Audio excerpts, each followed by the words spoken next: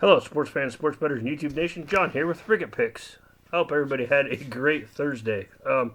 We started out with the potential of seeing some games today, and everything got canceled. There was one round of golf, and then golf decided it was even going to cancel. I don't know that there's some international soccer games scheduled to carry on this weekend. I know a lot of leagues have already started suspending their games or postponing them. I'm not sure if it's just going to be a kickdown effect everywhere, but most sports, NHL is postponed. NBA came out and said they're postponed for at least 30 days. That's at least 30 days. They're going to reconvene after a month and figure that out. And NCAA suspended all activities, canceled March Madness tournament. There's going to be no tournament. I feel bad for those kids. There's some teams that made it for the first time in a while, first time ever, and all their hard work this season seemingly just came to an abrupt halt and end, and without them seeing how far they could go, if they could be that team to make the big dance, or whatever. But I was all geared up for baseball. I'm going to do some baseball talk videos now. It is going to be baseball season eventually. They did postpone or cancel spring training, and they're going to start the season at least 2 weeks late. Obviously, we're going to hear more about that later. But I was all geared up to do some under-over predictions. But with the coronavirus hitting seemingly everywhere, sporting events became a particularly high-risk environment, and we just need to not create a hotbed for this crazy virus to spread anymore. We need to actually get it on the downcline, which means keep people away from people. That's the bottom line. People need to stay away from people, wash their hands, stay safe, be smart, and carry on. Because this is a thing that you could have, like Rudy Gobert. You could have it and not know it, and then spread it. So, the best thing is for people to stay away from people. The best way for people to stay away from people is not have sports, because sports brings everyone together. So, I'm going to do some baseball talk, and we're just going to carry on because eventually that season will start. I'm going to hold off on my over-under predictions because I don't know how many games they're going to play. I don't know if they're going to stick with the 162 games or if they're going to cut it down. There's been talk of both, and that'll be interesting to see. There's so many variables out there now of what they could or couldn't do. If they just start a couple weeks late, maybe they run a couple weeks late. But everybody knows, even with the playoffs, you start getting later into the year, you start getting into some pretty bad weather. You could, if the Twins make the playoffs, you could have some snowouts.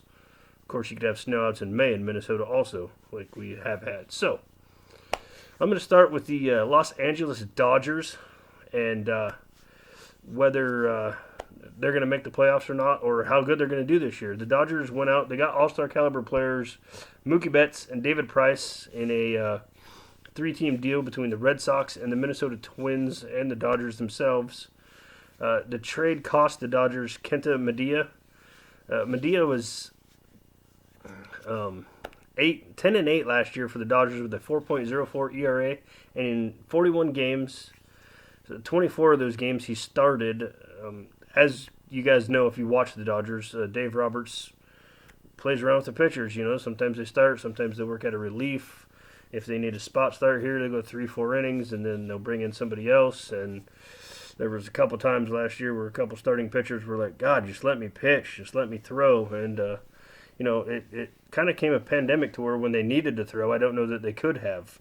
Being a pitcher, if you go out and go 5-5-5-5 when you need to go 7, that's 2 extra innings you're not used to doing, and it does create stress on the body that it's not used to. When you could go out and just go 7-7-7-7 if you need, and if you start rolling and your pitch count's down, you can go a couple extra innings. But we're going to start with Mookie Betts. Last year for the Red Sox, he played 150 games. His numbers did go down from from 2018 to 2019. He had 77 more at-bats, but 4 less hits. His batting average was lower. His home run total was lower. And I don't know, his role in the Dodgers uniform, I'm not sure if it's going to be the same or not. The Dodgers typically have a very outfield-heavy squad. If you look at their roster right now, they're very infield-heavy with outfielders that play double positions. Like Chris Taylor can be an outfielder, shortstop. Cody Bellinger, first base, outfield. You got Turner, who I've seen in the outfield. So, They got a lot of utility players, which makes them a very dangerous team because at any point in time, Dave Roberts just can sharpen his pencil and put together a pretty good lineup. They have all-star talent all over their field, and that's what makes the Dodgers so lethal to opposing pitchers. 1 through 6, they can, at least 1 through 6, they're going to be solid. I mean, you're not going to be able to pitch around any of their first 6 hitters without coming up on a blocking point. I mean, potentially their lineup could be, and I realize it may not be, but this is just a potential hypothetical speaking here. Mookie Betts in center field.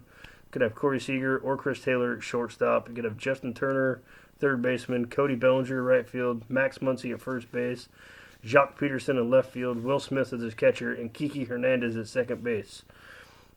All those players mentioned can handle the lumber. And, when you get to the pitcher spot, that number 9 hole, you're like, phew, thank goodness we got here. But then you're turning around, you're looking at Mookie Betts in the on-deck circle.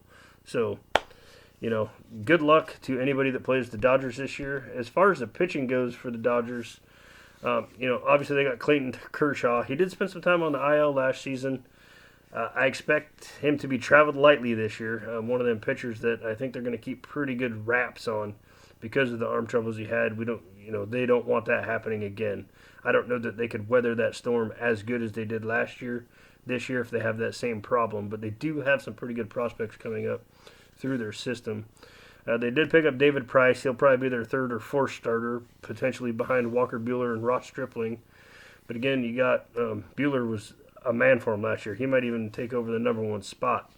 Obviously, they have Kershaw, and Kershaw's done great things for that program in that city and the town and the baseball team. So I'm not sure they would take his, like Felix in Seattle. I don't know if he'd take his pitching spot away just yet.